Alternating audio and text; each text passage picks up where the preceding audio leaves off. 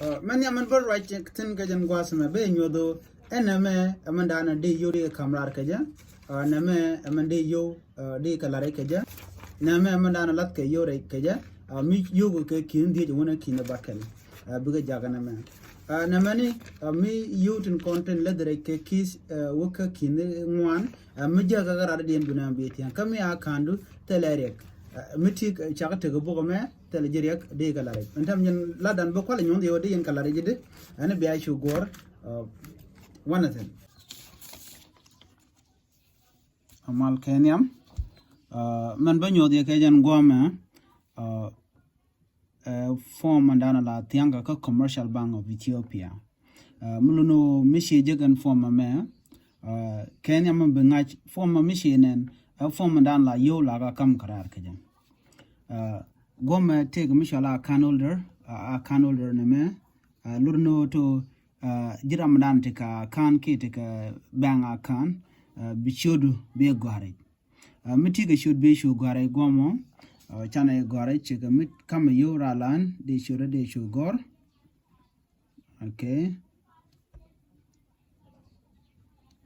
de obanaka gwadong bo you know mishi gor no chatok bo goma ka godana kam yoraten bi pe yuntin konin kamra goma biga garpin ma kam kidra be chulele kid namo gwada dana biyoku biga latin la yutin kula kamrar biga la goma na mishi tok binyoga jien bi ben ka yuwoti tiji garpin go be gor goma ka to kwaine meka yuti kit ke kinera ke yutu korba bi ka larech ke riet to kwane che ke kit bisho 1000 b1 bi gor b1000 bisho gare 1000 bir only you know gomi 1000 bir only mungwan ke yu la pe yunti je garpin gome ken bi lare jona ken bi goro okay metelemi mungwan ke you donc 2000 ke kindaro bu garbon pinbo 2000 bebe gorgome 2000 namo kel me biji direct jira mandan ngoro de yo de ka kamrar ka banga kando mi nyoga jen go ben gome te mishal akan older akan number me gure joto bi la rejbo akan number jen kwa banga kandu kwa la ke je ki men banga kandu men dan ku yuko la kamraten de chu gareji na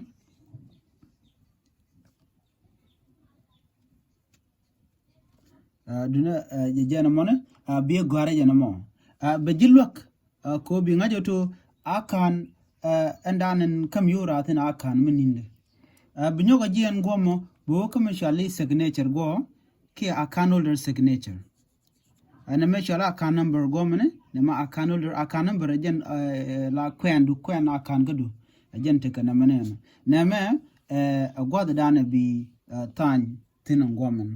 miti ka tan bi chu tan mugurije bi chu tan no ka tan dande ye gor ka jam en man bana right tinan ta manyok ename na me ajen man shali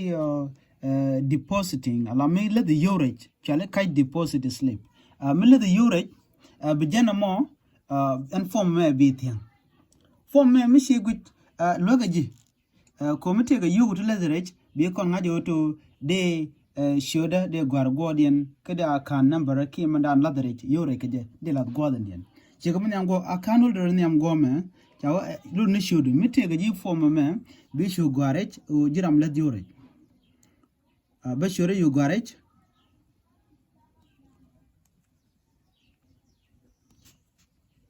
na me bejing hech ko di je chwa di shodu di guarage no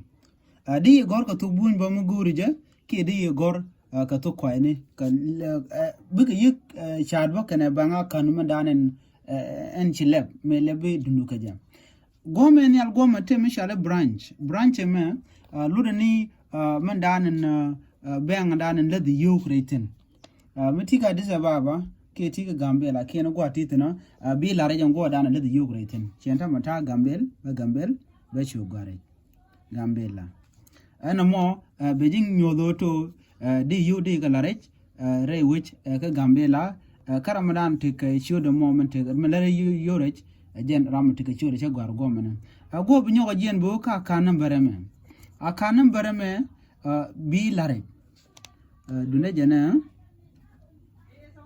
9 2 2 6 3 7 9 8 eno mishi gware ye chetuok bi ngajo chenga me chenga de chenga me she wale sheremi chenga diech amene gwarech bi gwareji no bi chenga dan le yure keje bi lare abi ben gome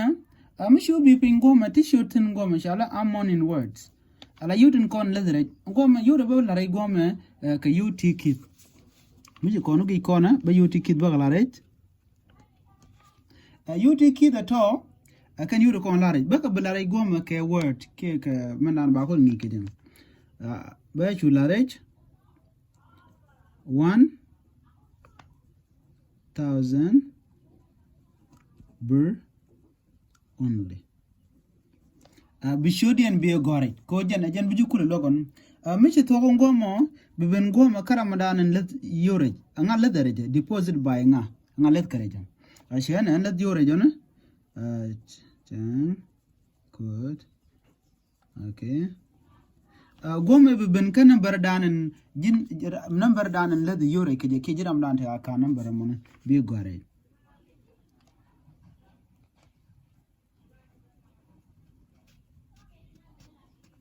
okay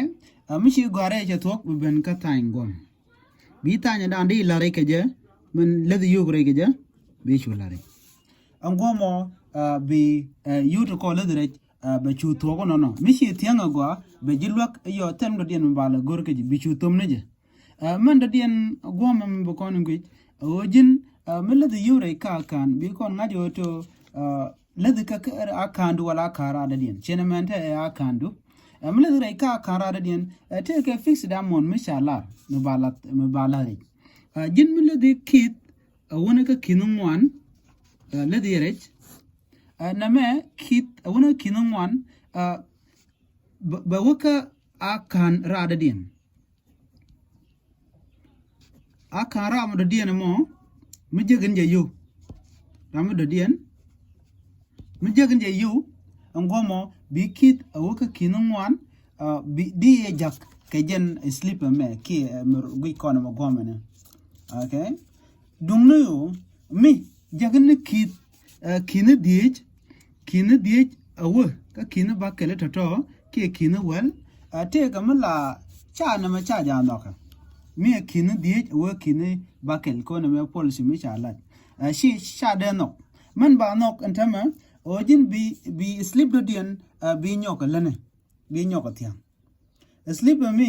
man betiang nyok sleep me jagana kin bakel kin di jo kin bakel na me ajen sleep dana bijak